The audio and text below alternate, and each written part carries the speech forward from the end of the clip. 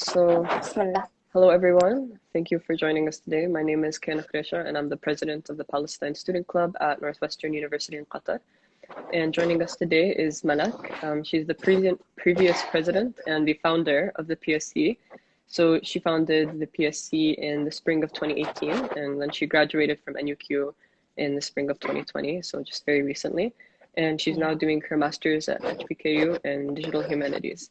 So we invited Malak here today just to talk with us about the challenges she faced establishing the PSC, what her aspirations for the club were, and more generally why it's important to have student clubs in universities and schools supporting Palestine. So Malak, thank you so much for Great. joining us today. Thank you for Of having me. Yeah. course. So the first question is, as a non-Palestinian, what inspired you to found the PSC? Okay, that's a good question. I think, first of all, like the whole idea of having a Palestine club in NUQ was always there. Like the sentiment was always there. It just never happened for one reason or another. Personally, even though I'm not Palestinian, I grew up in an environment that was very conscious of the Palestinian cause. So I grew up with news about Palestine. I grew up with images like Hamdulillah, symbols like Hamdallah. So it was always there. And I think at the time I was taking a class about Palestine, it was just, it made sense, you know, like we're a school of journalism and communication. So it makes sense to have clubs like the Palestine Student Club or any other cultural club that there is for students to express their opinions and obviously engage in discussions. Mm-hmm. Yeah. And do you think that being non-Palestinian had any impact on the way you ran the club or the way you established it, or not at all? That's actually very interesting. And I mean, I don't know, to be honest, if it had anything. I don't think it had any impact on the topic or on the sort of like events that we discussed or the way I dealt with things. But I think if we're going to talk about implications or maybe just like consequences, I think it made it easier for people to accept the idea that you can be non-Palestinian and be part of the Palestine club or any Palestinian club. I think once they see that a lot of our members and also one of the co-leaders is non-Palestinian, then it made it easier for them, or it encouraged them more to join the club. Yeah, I agree 100%. I think one of the things we Yeah, always try to like promote when we start at orientation week, for example, that you don't have to be Palestinian to enter, you just have to be for passionate or open sure. to learning about the topic. For sure, Okay, yeah. so one of the interesting questions I had was what Hmm. struggles did you face when establishing the PSC? Because I think it took a while to get off the ground. Yes, it took I'm not sure how long exactly it took, but it did take a while. Well, you see, when you start a club, any sort of club, you do face different challenges for sure. And if we're gonna just explain a little bit what a student club is, it's a student-run organization that works under the umbrella of an institution. So there you can see the first type of challenges that you can face, which are like logistical kind of simple things that everyone faces, from like getting the right venue, getting the right timing slot, and getting people engaged in the club, getting them to join the club, getting even like speakers for the club. But I think with clubs that are similar to the Palestine Club, there are other challenges that rise in the form of questions that people kind of always pose, like, are you gonna be a political club? Are you gonna be? And this is just not here only. And like this is a conversation that you and I and Jane and a lot of other members we've had before with different club leaders as well from other universities and all over the world. And the main question is like, are you a political club? Are you not a political club? Like, how political can you be? And in this like case, and I'm quoting one of my professors, like you can talk about politics and you can talk about the separation between politics and culture while the act of living is being political. Like, sure, you can say, okay, let's do sorry, let's do like duck and food and all of these little things like traditional dress, but even those are being politicized, even those are being appropriated, even those are a symbol of resistance. And also we need to also engage in the discussions as young professionals, as future journalists, filmmakers, and documentary makers. We need to engage in those conversations. Another form of like suggestion, I think, and I think it's worth mentioning here, was why should it be about just Palestine? Like, why can it be? And this was specific to PSC because we wanted to like engage in different causes and different like contexts. So why can it be just like a general solidarity club? And I think it's a very nice idea, theoretically, but as a student club, you can't just like address every single issue that's in the world, right? You have time limit, you have budget limit, you can. And also the idea of having a student club that centers the Palestinian cause is not mutually exclusive from a club that supports other causes, like supports the Black Lives Matter, for example, or supports the Kashmiris or any other cause there is in the world. So, and that's kind of one of the objectives that we had for the club, is to be able to show solidarity, to work with our friends in different clubs, to engage in different conversations as well. Yeah. Yeah, I 100% agree. I think a lot of the themes that, for example, in the Palestinian issue that we struggle with or that we're trying to promote, it has common links with other clubs. Even at NUQ, For sure. we have things planned with the African Student Association and etc. Exactly, yeah. Okay. So going back to when you founded the club, what were your aspirations for the PSC and what do you hope it becomes in the future, even now after you've graduated NUQ? For when I first started, and this might sound a little bit silly to some people, I really just wanted to have a space where we can start conversations about Palestine. I know that sounds a little bit too basic, but it's like we don't realize how crucial and important these spaces are, and like these, to have as many platforms and as many spaces to spark these conversations, whether on campus, whether in your social circles.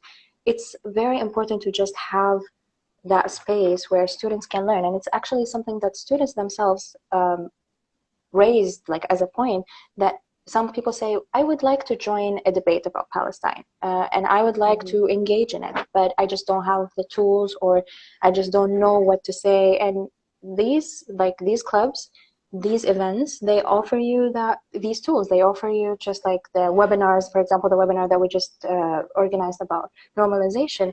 That's a good starter for a conversation that you can take outside of the club afterwards as well. And the second objective is what we already spoke about, which is to kind of, and this is something that I came across in a book that I read previously, and it's basically to just reposition this discussion about Palestine into a more of a global discussion.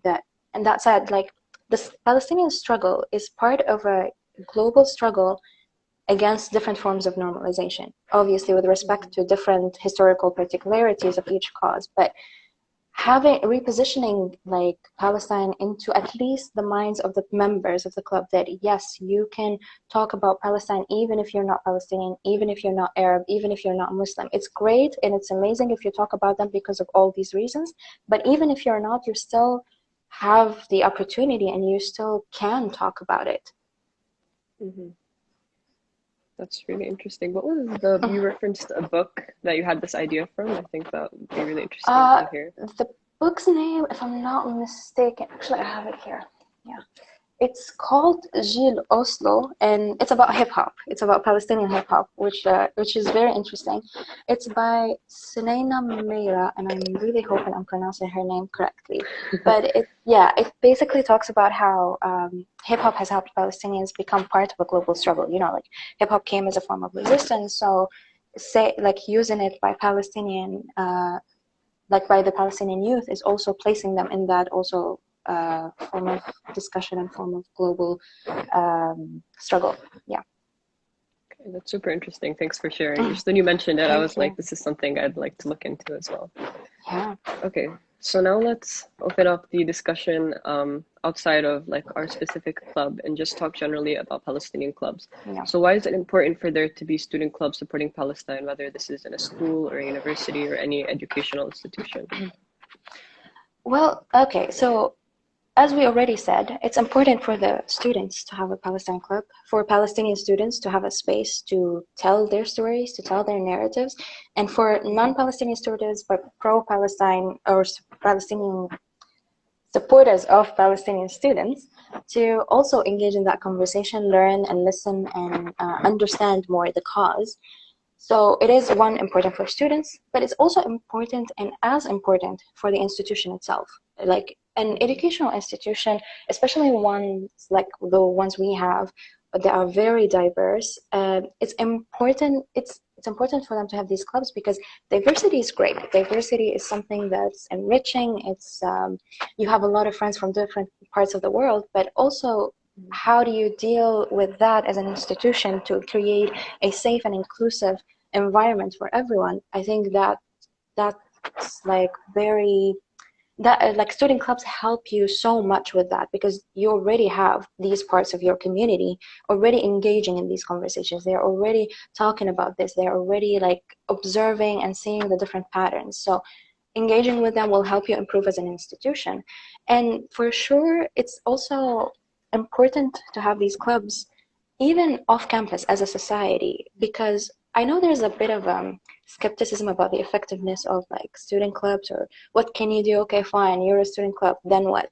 But, and this is mainly, I've had this conversation before with someone, and this is mainly based on kind of, or at least what I observed, this idea that just because you're a student, you can't do much, which is not necessarily true. I mean, the students, for example, in EC, they engage with different like organizations that are off EC or off, or for example, Qatar Youth Against Normalization. They organize with them, they talk with them, they help them with different events. So they are part of civil society, but like as students, you're also parts of society in different roles. So in our cases, like for example, we're daughters and sons, some are even parents, spouses. You are not going to be a student forever, so you're going to graduate, you're going to go to maybe another school, you're going to start working as a professional. So that knowledge that you gain from your experience in a Palestine club, that doesn't just vanish when you stop being a student. It continues with you out off campus, it continues with you like in your professional setting. And again, to take the whole normalization thing, that like the event that we had, it sparked a conversation about how normalization can be not just on policy level, but like how can it be in different parts of our lives. So that conversation can go to, if you're an older sibling, you can start talking to that to your younger siblings. You can start talking to your friends about that. So it's very important for us as a society, as students, and as the institution itself. Mm-hmm. I think that's really interesting what you said about like the knowledge sticking with us afterwards. Of course, it's, you know, creating this culture. Now, for some students, maybe who in their schools or their institutions, they don't have a Palestine student club, what would you say to them to encourage them, especially if they're facing barriers as the one you mentioned, such as people telling them, for example, you're just students, what can you do? Or can you make it not political or any of this? I mean, honestly, just start the conversation. And that's the biggest advice that I can give. I'm still learning myself because I didn't have that much experience. The first club I ever started or been part of was the Palestine club. But for me, for my experience, what happened was that I started speaking with one professor who's already teaching me about Palestine. I asked him if he wanted to be the faculty advisor, but then he wasn't Palestinian himself, so we talked to professors who are Palestinians, and then we opened it to more faculty. We talked to more faculty, and it was just like these informal conversations. Then we started talking to student affairs, and we even started talking to some students, like we had an information session. So start that conversation, start learning more about how can you go about this, how can you start it, how can you engage in it, and how can you create this.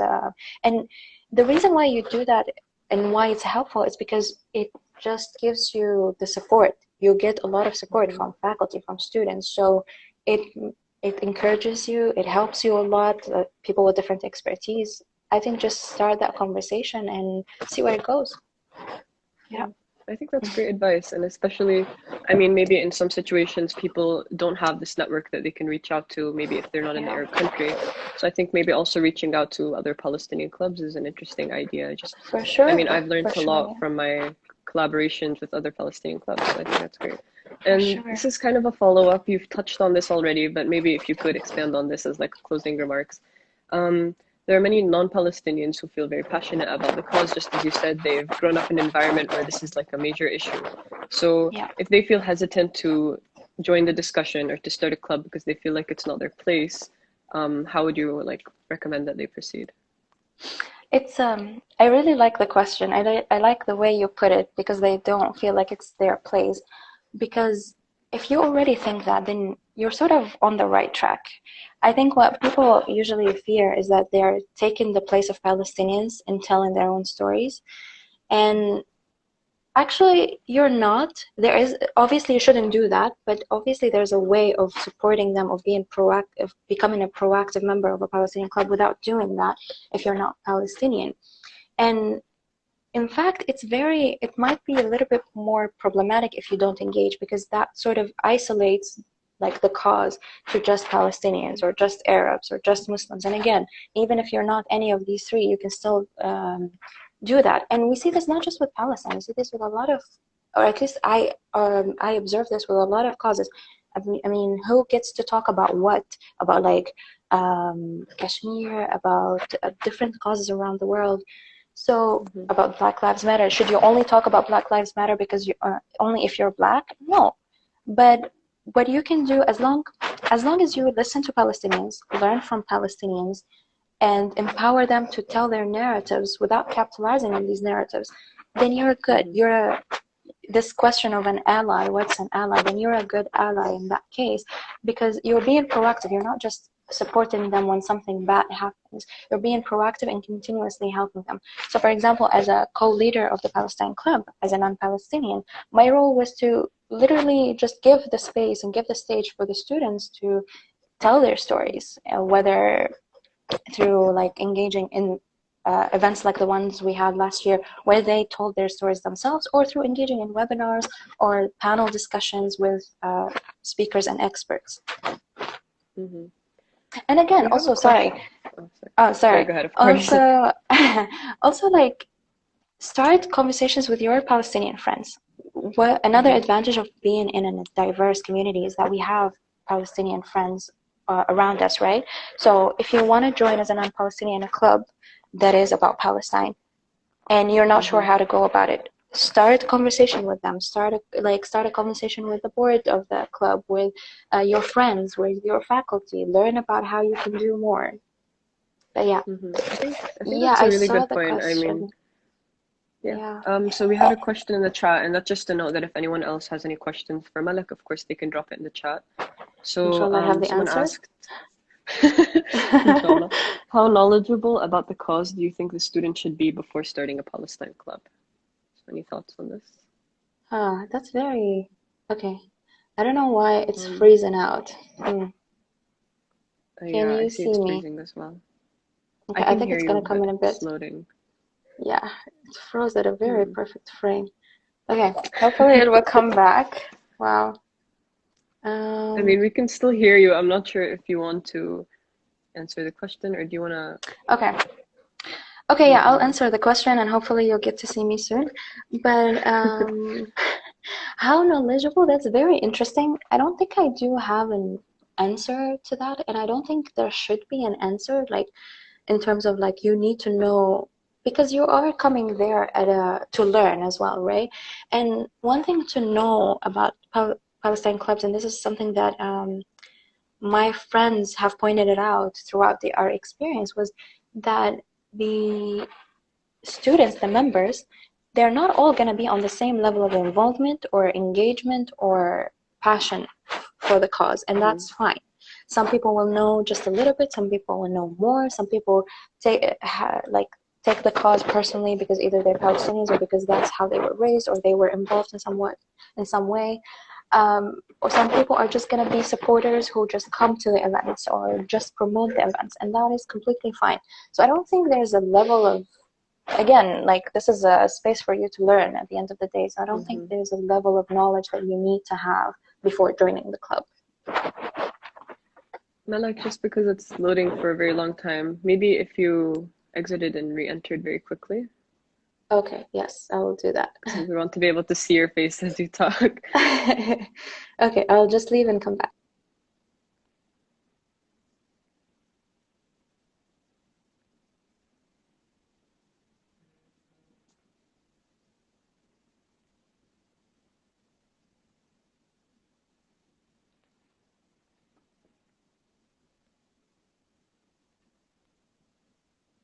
Sorry, everyone. I'm just waiting for Malak to rejoin the live. We're having some technical difficulties.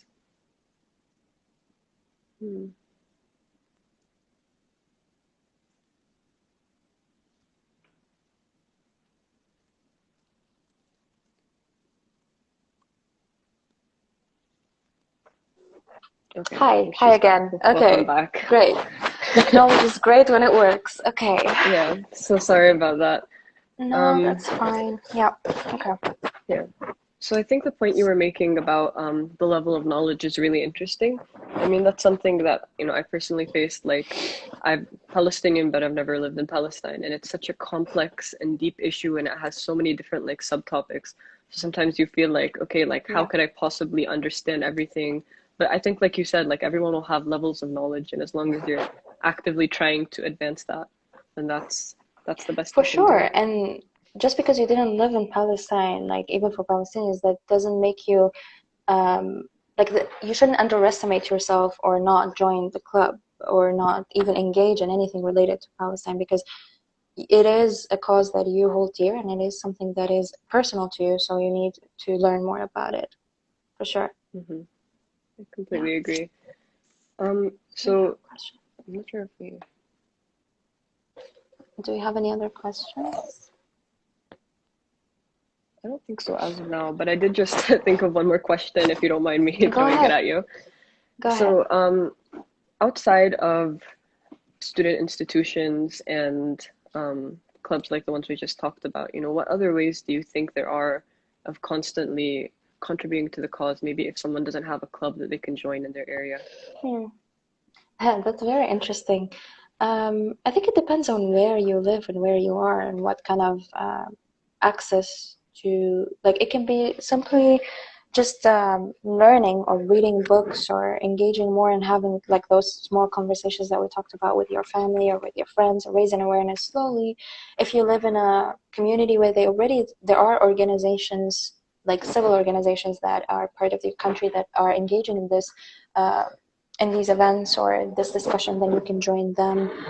I think there are forums online now. The good thing about this whole situation that happened is there are webinars, there are all these like courses, there are things that are happening online that you can join and learn more about them. Yeah, I agree. I think that's donations, of course. Of course, yeah, that's maybe one of the more positive aspects of just this virtual thing, is that the accessibility to all of these different like educational webinars and talks. Anyone can really join online now and just learn a bit more. Yeah. I think we did have a question in the chat. So for people who want to know more about Palestine, what books would you recommend? Well, okay, so definitely I'll recommend Edward Said, because I mean, come on, it's Edward Said, so obviously read him. There are other scholars, Ghassan Kinafani, Murid Barghouti, the author that I mentioned, Sunaina Meira. Those are all Palestinians. There are some non-Palestinian scholars as well, like Julie Petit. She's French, but she, as far as I know, she's French. Yeah, she does. Her works are in English. The ones that I read, the books are in English, so you can. She did some good work about refugees, Palestinian refugees. Yeah, and if anyone has any more suggestions, these are the ones that come to mind now. But if anyone has any more suggestions, they can mention them in the chat for everyone. It could be a good idea if we maybe compiled like a list of resources for anyone who wants to reach out. We could just link that on our social media. Definitely, yeah. Yeah, there was the recent talk we had. The talk we joined with because we've read Doha, and they featured a book by Omar Barghouti on the BDS, so that was also like a very informative book. Yeah, I think that's a good idea, compiling some resources. I think there's a question that just came in. Question. Maybe a weird question, but why we in the Middle East don't have a club or a youth organization that focuses on the Zionism movement or supporters, or studies or analyzes their coming moves? I think it depends on the interest of people. I mean, this is a question that, I mean, in what way studies? I guess that would be my question. What way studies? So like have a club or like an organization that is in support, or just one that studies Zionism, not necessarily supporting it or not. So that would be my question, because if it's the latter case, then Palestinian youth organizations do that. They do, or classes or clubs, they do talk and they do discuss Zionism as a project or as a movement, as you said. But yeah, so I guess that would be my answer. I'm not sure. Yeah. Maybe there's another answer for it. There was a question thrown in the question and answer tab. Do you have any success stories or advice for implementing BDS measures on campus? BDS measures on campus. That's an interesting one. I mean, what kind of... I don't think, because we started as a very small club, and by the time we were gonna do like some of the actual talks, like mostly we focused on introducing the cause and introducing like different aspects for it and getting people to engage in this, again, communal solidarity form. But I think by the time we were gonna have those events, Corona happened last semester, so we weren't able. But hopefully it's something to see in the future. And if I think the question was by Khulud, if you have any like suggestions, please let us know. I agree. I mean, in the normalization webinar we had very recently, that was one of the topics that came up, as of course, like normalization and BDS are tied together. Yeah. And for anyone who's interested, that is uploaded, so you could rewatch. And here we had our lovely guest speakers. They had a lot to say. Is that another question in the tab? Would you call out companies supporting Israel as a club? I would want that to happen. I think, again, is part of if your institution or someone is dealing with a company that is supporting something that you don't believe in, you should be able, or at least have the space to address that, or tell them, we will, like, is there a possibility to not engage with them? Call out companies with the right research. I don't see why not. You can engage in that conversation. I mean, as individuals, we call out companies that engage in different forms of like supremacy, or like they support different forms of genocide. Yeah.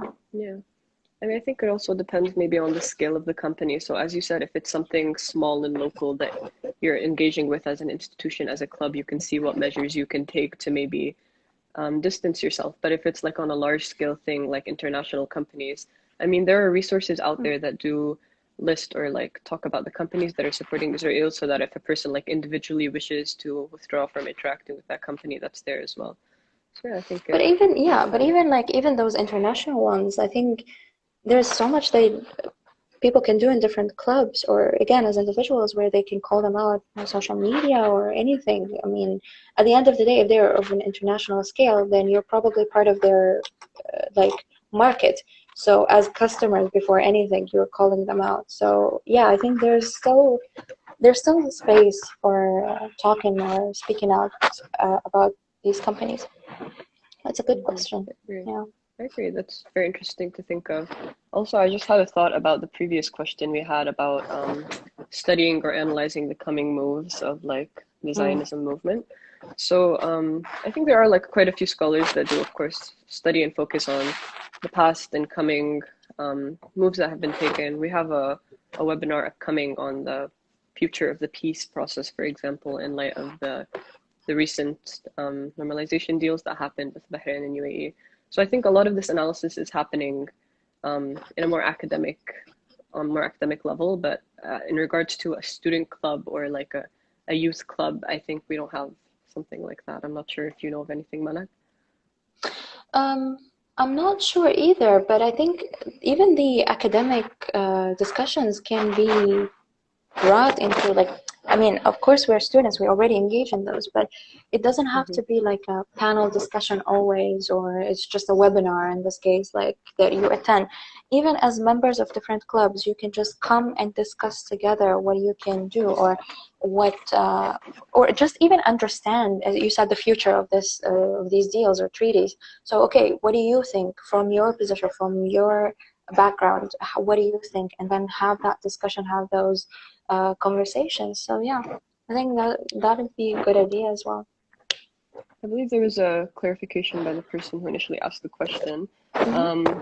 I mean, why aren't we having an organization that just put out the horrible methods that Zionists have used since the 1900s? So again, I think this is a matter of there's research out there, there's records and books, I'm sure, that detail some of these things. In But I regards to think an even organization that, organizations do, like hmm clubs, they do talk about those things. Again, hmm Qatar Youth Against Normalization in their Apartheid Week events, they do talk about this. They do feature a lot of Palestinian like artists and scholars, but which also includes talking about these parts. I agree. I mean, there are topics within it.